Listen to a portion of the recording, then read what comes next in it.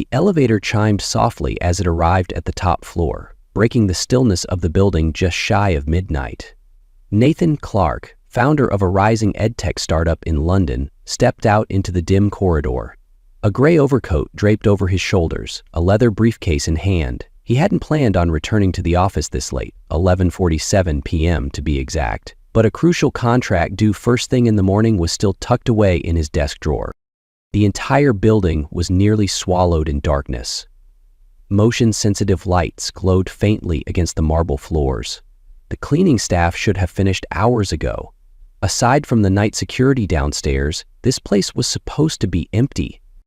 But as Nathan neared his corner office, tucked away at the far end of the corridor, a strange sound made him stop cold. Whispering, urgent, and a soft, stifled sob, the unmistakable sound of a child crying. He frowned, stepping closer to the frosted glass of his office door, straining to hear. "Don't cry, Noor. Mama said we have to be strong." "I'm tired, Amira. My hands hurt from scrubbing." Nathan's heart clenched. That could be children. Could it? His hand trembled slightly as he reached for the doorknob. He pushed the door open, and what he saw inside would change the course of his life forever.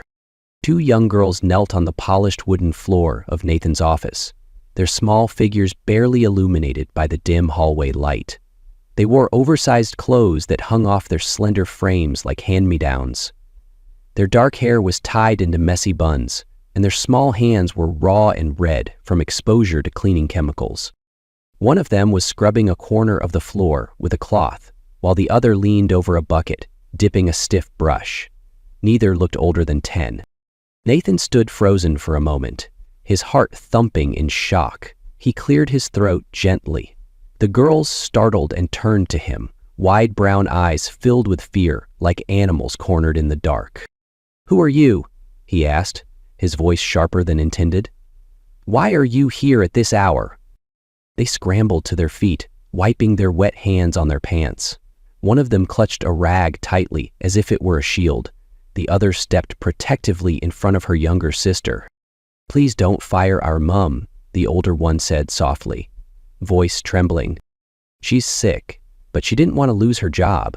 We know how to clean. We promise we won't mess anything up." Nathan could barely process what he was hearing. His briefcase slipped from his hand and hit the floor with a thud. He took a slow breath.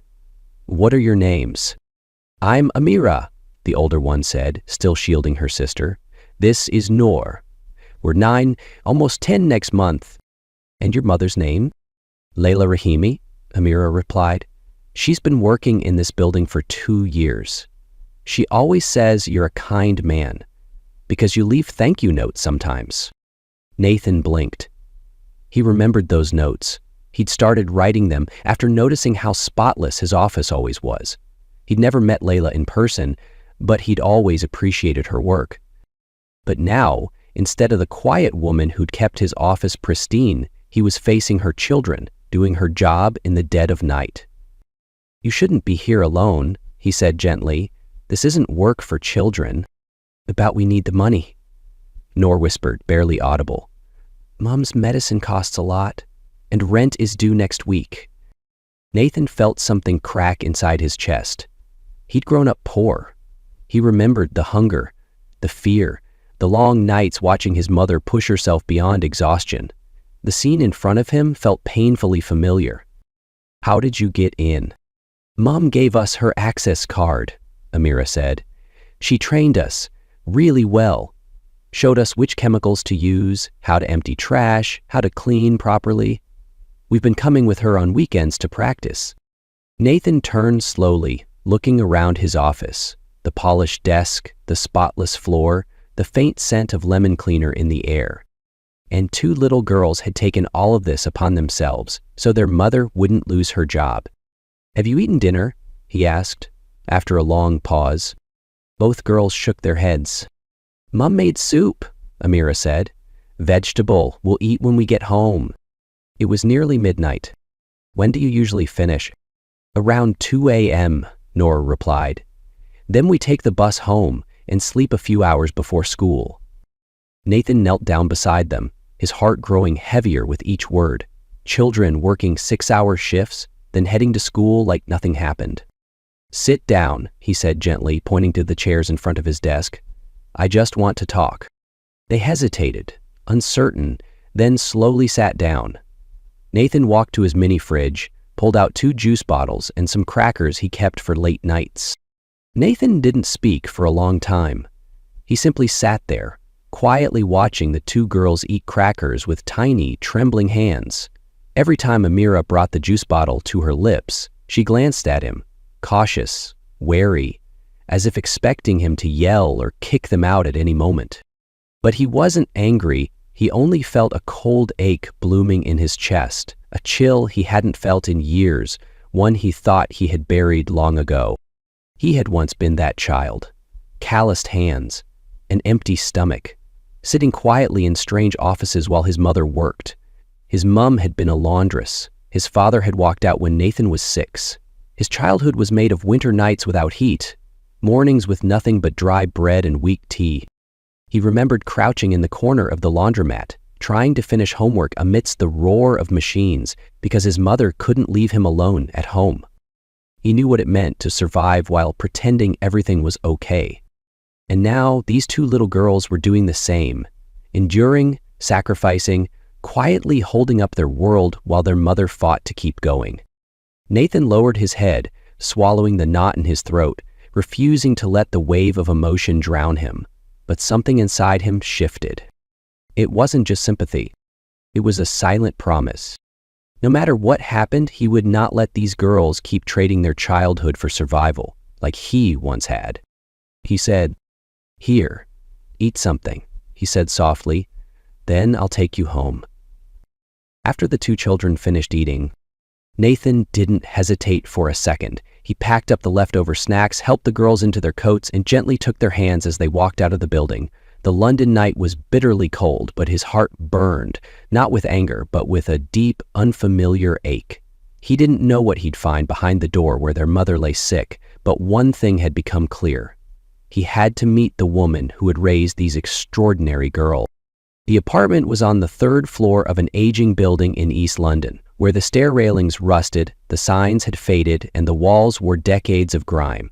But when Amira whispered 3rd floor, flat 3B, Nathan noticed something different. A small plant on the balcony, childish chalk drawings near the doorstep, faint signs of life and of hope. When they knocked, a weak voice called from inside. "Amira, is that you, darling?" "Yes, Mum. Don't worry. Someone came with us," Amira answered gently. The door opened a crack. A woman stood there in a worn robe, her long hair tied loosely, her forehead glistening with sweat. But the moment she saw Nathan, she instinctively stepped between him and her daughters like a shield. Her voice was faint, but her eyes held fire. "Who are you?" Before Nathan could answer, Noor peeked out and said quickly, "Mama, this is Mr. Nathan. He owns the office we cleaned. He's not mad. He's nice."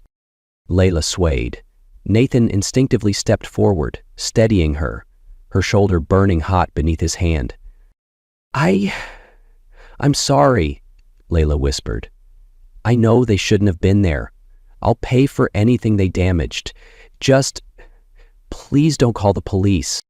"No one's calling the police," Nathan said gently, guiding her toward the chair near the window. "But you're burning up." The apartment was small but spotless. A tiny dining table, a bookshelf lined with a few classics, a rattling old fridge, and children's artwork taped lovingly to the cupboards. Nathan felt it in his bones. This wasn't just a space, it was a home, a hard-earned one. He turned to Layla. "When was the last time you saw a doctor?" Layla chuckled weakly. "I can't afford one, Mr. Nathan. I figured it was just the flu. It'll pass." "This isn't the flu. You're running a high fever. Could be pneumonia." "I can't miss work. If Mr. Johnson finds out I sent my children to clean instead of me, he'll fire me or call child services." She turned her face away, her voice falling. "I haven't missed a single shift in 2 years, but this week I just couldn't keep going." Nathan sat across from her, eyes searching hers. He lowered his voice. I'm not here to judge. I just want to understand. Layla, how long has life been like this for you? She was silent for a long time. The girls were on the floor, coloring quietly. Almost 10 years, she said. I used to be a literature teacher in Aleppo, Syria. But the war took everything. My husband disappeared in an airstrike, and I fled with the girls. They were barely one.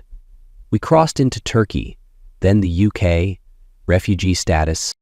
Nathan's voice softened. Why cleaning?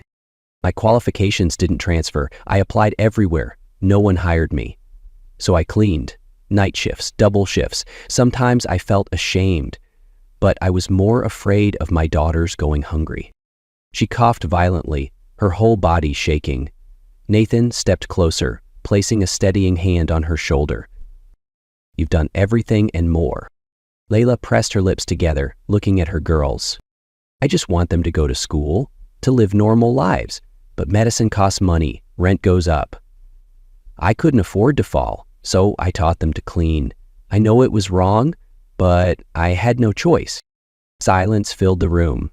Nathan clenched his hands. In that moment, he was no longer a tech founder. He was a child again, seeing his own mother in this woman's face. Layla, he said softly, I want to help you, but first you need to see a doctor, tonight. Layla stared at him. No pleading, no suspicion, just exhaustion and pride. Why are you being so kind to us? Nathan paused, then said barely above a whisper, because I was once the son of a mother like you. That evening, after the doctor had left and Layla had taken her first dose of antibiotics, Nathan stayed behind, seated on the small chair by the window. His eyes drifted to the two girls sleeping soundly on a thin mattress in the middle of the room. He turned to Layla, now resting against a pillow, her eyes shadowed but more alert, and spoke gently. Layla, I'd like to offer full scholarships for Amira and Noor. The learning center I work with has a special program for immigrant children. I can personally ensure their admission. Layla sat up suddenly, coughing softly from the effort. No, thank you, but I can't accept that. I don't want my daughters to be someone's charity case or feel like they owe anyone.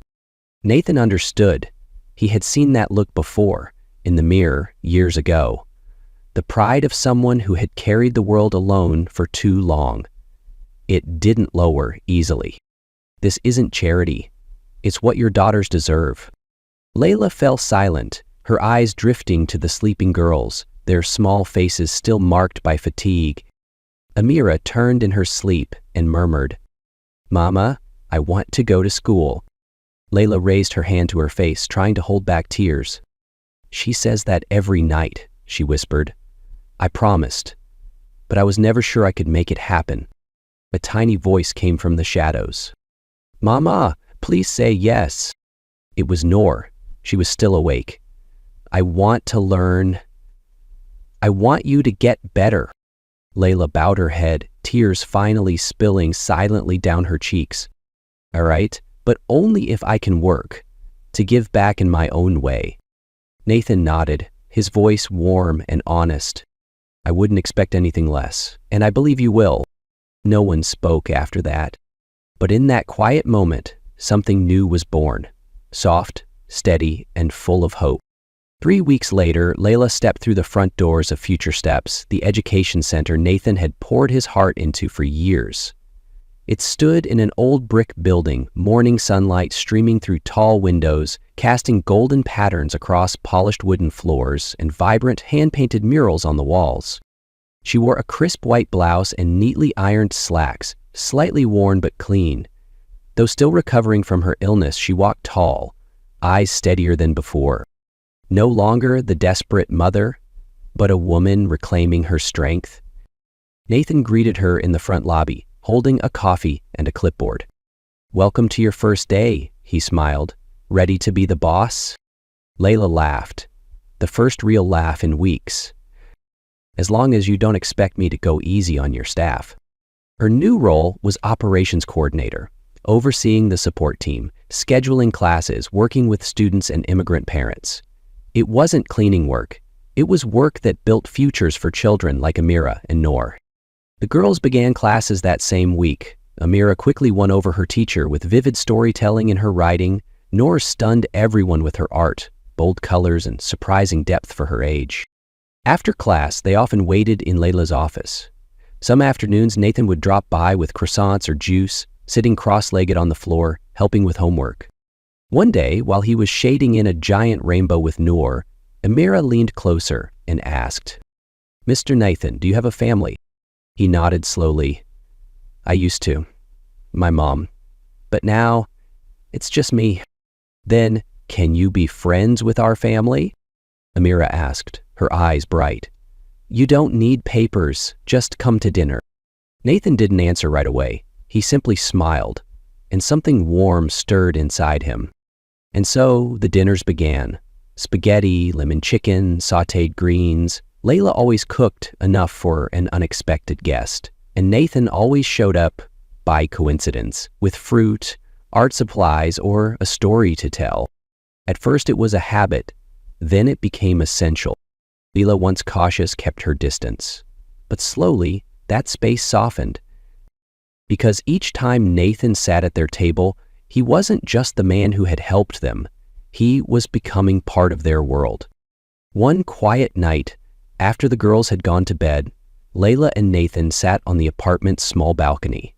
Streetlights spilled through the window, distant traffic humming like background music. "You know something?" Layla said softly. "I didn't think I'd laugh again, not this soon." Nathan turned to her, his gaze gentle. "Maybe I didn't help you," he said. "Maybe you helped me." She tilted her head. "Helped you with what?" "Remembering what matters most," he said. "Not success, not status, but moments like this, simple, real. Those warm breakfasts, the quiet afternoons filled with drawing and homework, what once seemed like ordinary moments slowly began forming something unnamed. Nathan started noticing the smallest things, like how Layla always pushed the larger portion of meat onto her daughter's plates, claiming she was trying to eat lighter, how she lined Amira's books in the order of her class schedule, or how she gently patted Noor's shoulder every time the little one grew frustrated over coloring outside the lines. He'd met strong women before, brilliant, accomplished, ambitious, but none like Layla. A woman who could manage dinner, teach her kids, and show up to work again after an illness that would have broken most. To Nathan, Layla wasn't a woman who needed saving. She was a woman who made you want to stay. One rainy afternoon, Layla handed him a spare coat in the lobby of the center. They stood by the window, watching raindrops streak down the glass. Neither spoke. But in that silence, his heart slowed just a little. Then there were the accidental glances, when he tied Noor's shoelaces, when she cut Amira's chicken into tiny bites. There were no grand confessions, no loud declarations, just gestures, small and constant, sinking quietly into the heart like water into stone. And Nathan knew he wasn't showing up just for the center anymore, or out of duty. He was coming for something else, for someone. And Layla, though she hadn't said a word, her eyes had softened too, less guarded, more tender, as if for the first time in years, she was beginning to believe someone might actually stay. Rumors traveled faster than truth. Just a few weeks after Layla started working at the center, one of Future Step's longtime board members, Mr. McMillan, a cold, conservative figure, sent an email directly to Nathan. The subject line was curt. "Who is she?" The message was short, but it sent a chill down Nathan's spine. "I hear you've grown unusually close to a former janitor. Don't forget the public image of the company. Don't let personal feelings compromise the collective reputation." Days later, Nathan was summoned to an urgent board meeting. In the grand conference room, surrounded by familiar faces wearing unfamiliar expressions, he felt as though he were on trial. "We understand your fondness for staff," one board member began, "but a personal relationship with an immigrant who was once our janitor, it puts the organization at risk. The press could seize on this. You're jeopardizing our credibility." Nathan said nothing, his fists clenched under the table. Another voice chimed in.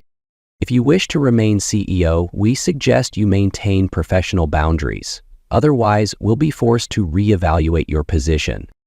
Layla found out days later. No one had to tell her. The shift in how people looked at her said enough.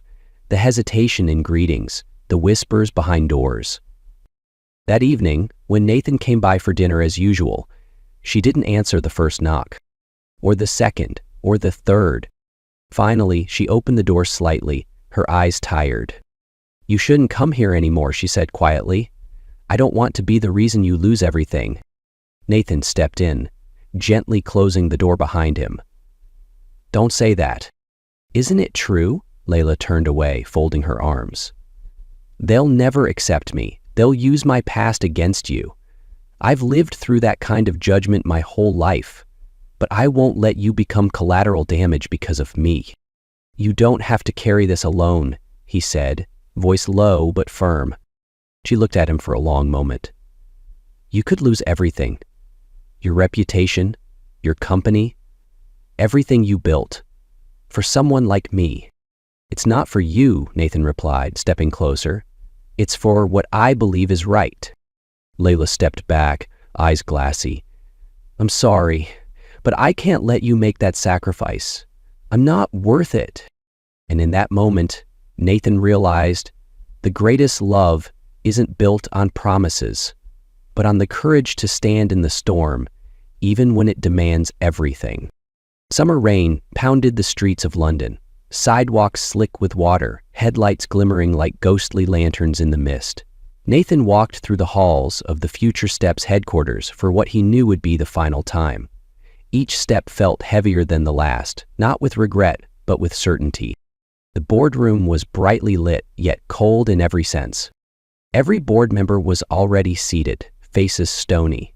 No greetings, no welcome. "Mr. McMillan started, calm and sharp. "You have two choices, Nathan. Remain CEO under one condition, end your relationship with the former janitor, whose background, let's say, is problematic, or I walk away."